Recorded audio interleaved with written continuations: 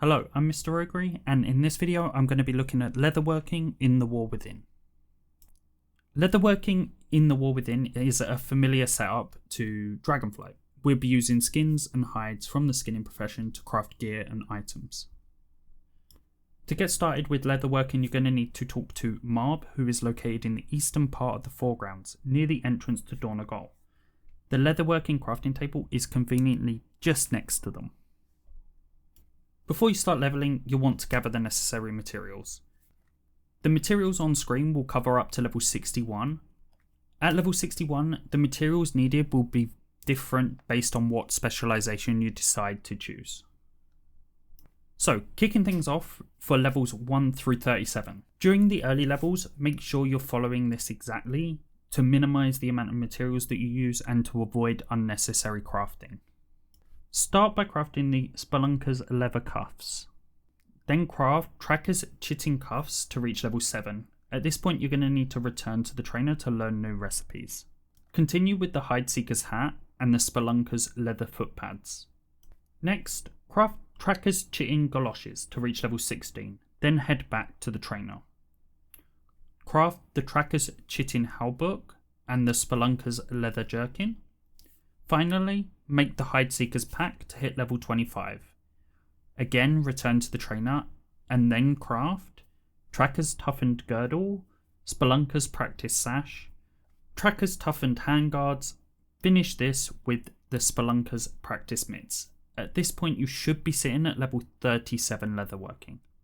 Starting off at level 38, you're going to be focusing on crafting profession equipment. There are 4 recipes. They are the Gemcutter's apron, the Scrapesmith's gloves, Steelsmith's apron, and Apothecary's cap. You need to craft 2 of these to get to level 43. Which 2 you pick is up to you. However, they have to be done in an order of priority, because the Gemcutter's apron and the Scrapesmith's gloves will turn yellow at level 40. This is important because if you want to follow the guide, you need to get exactly 6 skill points out of these 2 crafts. What this means is that you can craft any of them for your first craft, but your second craft has to be the Steelsmith's apron or the Apothecary's cap. Once you've done this, you'll be level 43. You want to return to the trainer to learn new recipes. You want to craft the Tracker's toughened shoulder guards, Spelunker's practiced shoulders to reach level 49, and then you will learn new recipes. The Tracker's toughened links, Spelunker's practiced breeches, and then you'll get to level 55. And to finish up, you're going to want to craft Tracker's toughened headgear and then Spelunker's practiced hat. This should get you to level 61. Once you hit level 61, things are going to be different. You won't learn new recipes from the trainer anymore.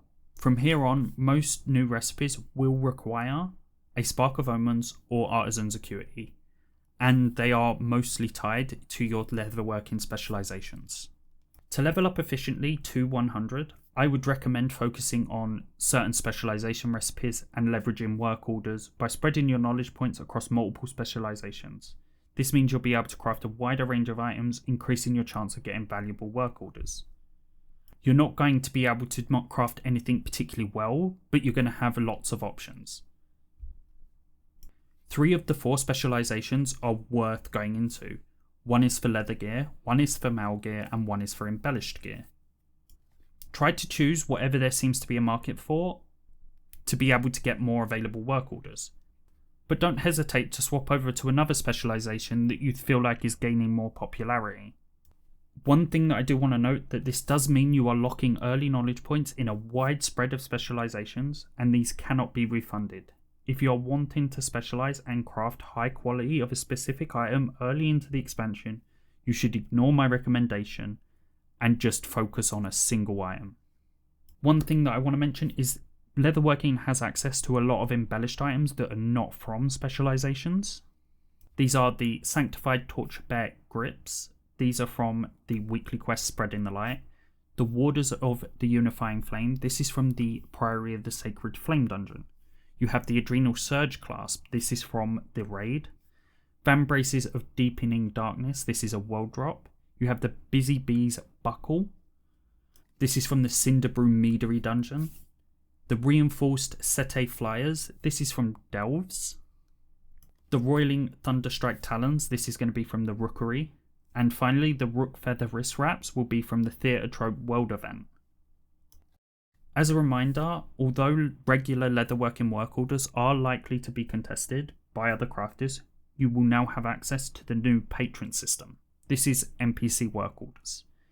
NPCs can post work orders for these items requiring sparks, and although they won't provide all of the materials, they will always provide the Spark of Omens. Through this system, you should be able to find work orders for recipes that you know without as much effort. I just want to do a quick thing on how to get knowledge points. One of the quickest and easiest ways is Darkmoon Fair. Whenever Darkmoon Fair is active, you can gain 2 skill points and 3 knowledge points by completing a short quest from Rinling called Eyes of the Prize. The other easy way is to collect the 8 profession treasures from around Khazalgar. I'm going to do a quick overview of where to find them. There will be the coordinates in the description. So first we have the Earthen lacing tools. These are located in the very north of Dornogal. They're a small tool hanging up on a rack in a building. The second treasure is the Dornogal craftsman's knife. This is located in the north of the Isle of Dorn. It's a small knife on a hay bale in one of the farms. The third treasure is the underground Stropping compound. This is located in Gundargaz, which is the capital of the Ring of Deeps. It's a small vial on a shelf in one of the buildings. The Earthen Ore is located in the south of the Talok area. There are enemies nearby that you will need to kill in order to be able to loot this treasure. The Arathi leather burnisher is a small hammer on a barrel in the very southwest corner of Mereldar, which is the capital city of Hallowfall. The Arathi Beveler set is in the main storage warehouse of Beledar's Bounty. The curved Nerubian skinning knife is located in central Azj-kahet, just south of the Weaver's Lair. And finally, the Nerubian tanning mallet is located in the Umbral Bazaar of the City of Threads. It's a small hammer on a table near the leatherworking trainer. And that's all I have for leatherworking. I hope this guide was helpful, and if it was, consider hitting the like button.